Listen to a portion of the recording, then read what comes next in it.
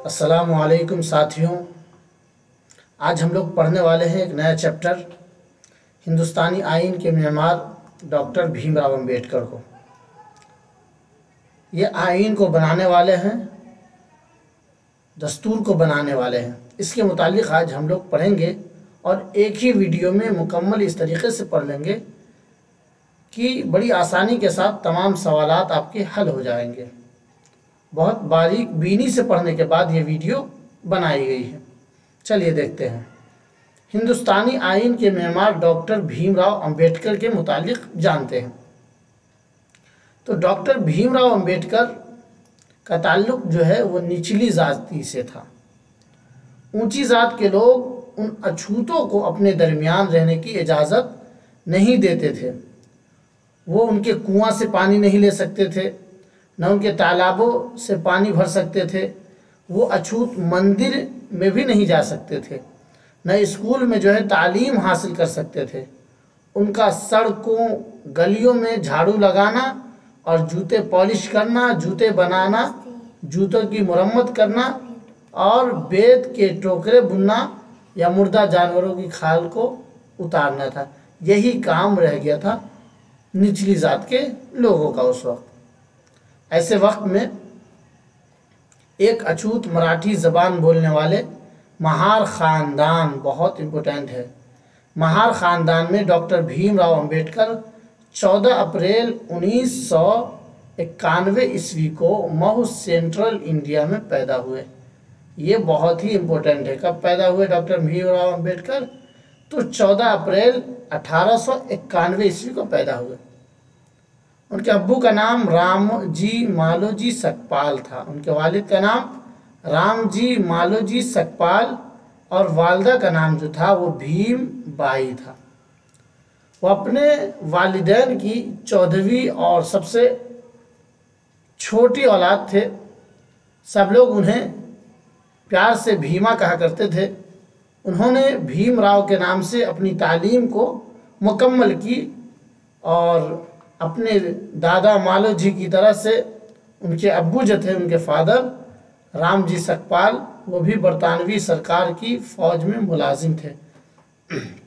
ये नोट जो है वो व्हाट्सएप ग्रुप के लिंक में डाल दिया जाएगा। डिस्क्रिप्शन में मैं व्हाट्सएप ग्रुप का लिंक जो है वो मैं डाल दूंगा। अगर किसी को ये नोट चाहिए हो तो वहाँ से जाकर के लोड कर लें और अच्छी तरीके से अपनी तैयारी को जारी रखें। भीमराव की उम्र जो है 2 बरस की थी, यानी 2 साल के थे तो उनके अब्बू जो है वो फ़ौज से रिटायर हो गए। 14 बरस तक राम जी फौजी स्कूल में हेड मास्टर रहे।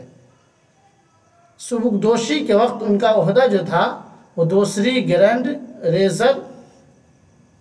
रेजरमैन सूबेदार मेजर का था। ठीक है, ये क्वेश्चन आता है। जब ये रिटायर हुए तो ये ख़ानदान कहाँ चला गया? सेंट्रल इंडिया छोड़ करके कोकन इलाके में वापुली मकाम पर जा बसा था।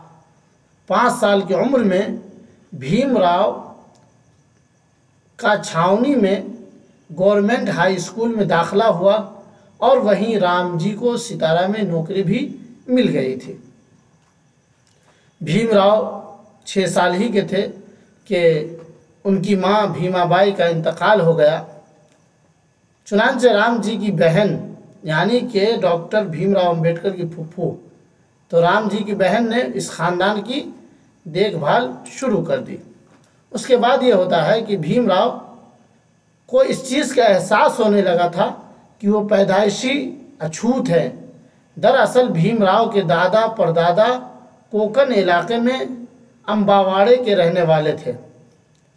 मराठी ज़बान बोलने वाले लोगों की रिवायत है कि वो अपनी ज़ात के साथ अपनी रहायशी मकाम का नाम लगाते हैं। चुनांचे सकपाल के साथ भीमराव को दूसरा सरनेम अम्बावाड़े कर मिला था, लेकिन इसको सहूलत के साथ बोलने के लिए रजिस्टर में जो है अंबेडकर लिख दिया गया। क्या लिख दिया गया?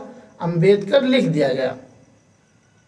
तालीम के मामले में शुरू से भीमराव जो है वो संजीदा नहीं थे, लेकिन आगे चल करके उन्हें जब तालीम की अहमियत का एहसास होने लगा तो उन्होंने अपनी तालीम पर पूरा ध्यान देना शुरू कर दिया।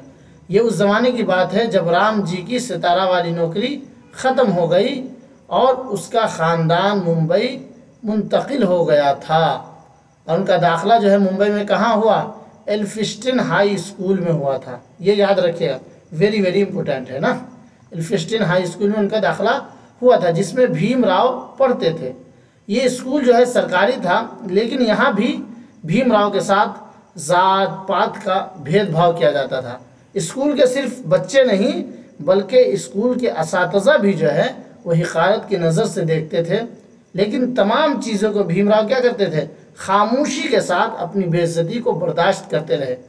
उनकी तालीम जो है जारी रही और उन्होंने 1908 ईस्वी में मैट्रिक का इम्तहान पास किया। ये महार ज़ात वालों के लिए बहुत इज्जत की बात थी, है ना, बहुत फ़ख्र की बात थी कि उन्होंने अब ये जो मैट्रिक कर ली, इसके बाद क्या हुआ कि उन्होंने जो है इंटर के लिए एल्फिस्टन कॉलेज में ही दाखिला लिया और 1912 में बीए की डिग्री हासिल की। उसके बाद वो जो स्कॉलरशिप मिलता था बड़ौदा स्टेट से, उसके स्कॉलरशिप में जो है वो आला तालीम हासिल करने के लिए अमेरिका चले गए और कोलंबिया यूनिवर्सिटी में दाखिला लिया। कहाँ? कोलंबिया यूनिवर्सिटी में उन्होंने दाखिला लिया।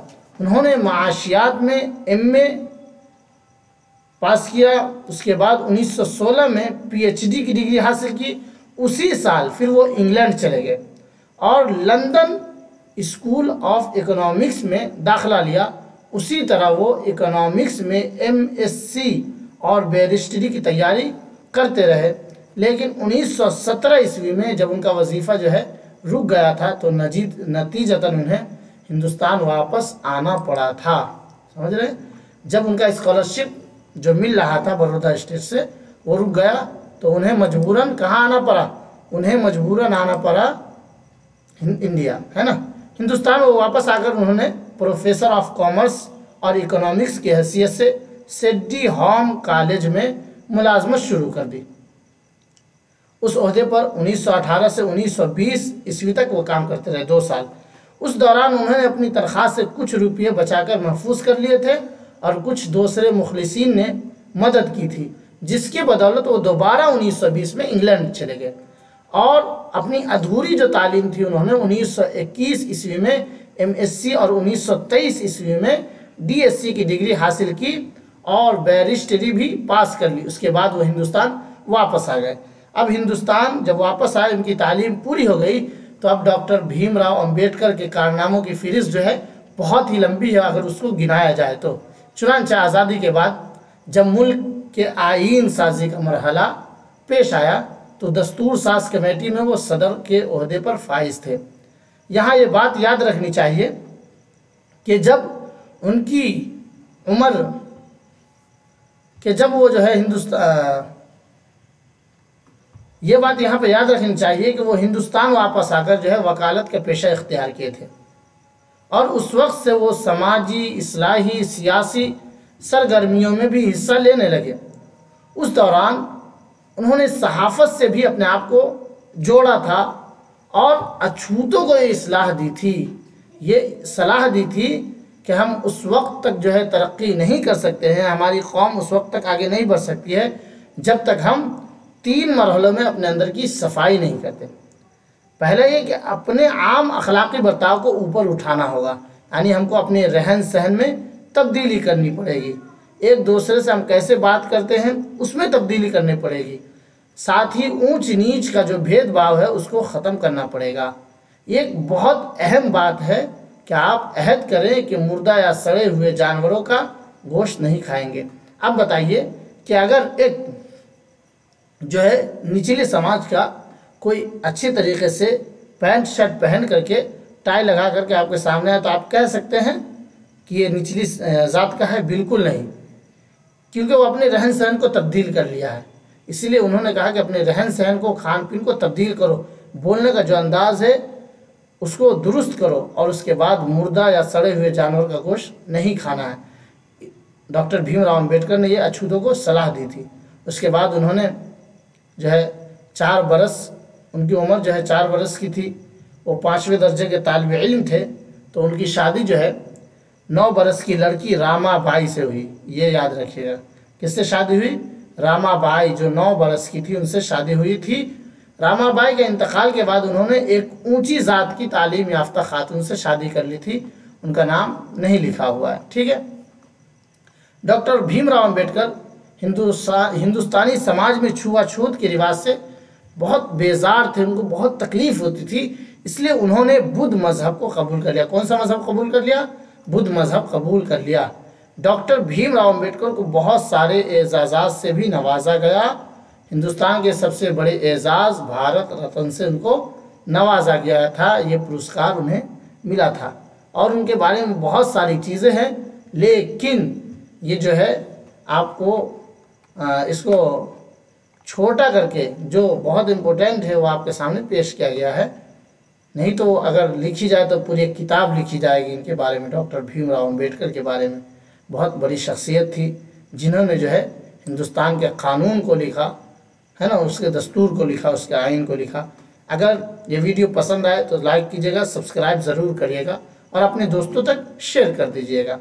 और इसका जो है PDF में लिंक, PDF चाहिए अगर आपको तो ये नोट आपको मिल जाएगा नीचे डिस्क्रिप्शन में, मैं लिंक दे रहा हूँ व्हाट्सएप का, वहाँ आप जाकर के ज्वाइन करें और उसके बाद वहाँ आपको अपलोड मिल जाएगा ये नोट, ठीक है। अल्लाह हाफिज़।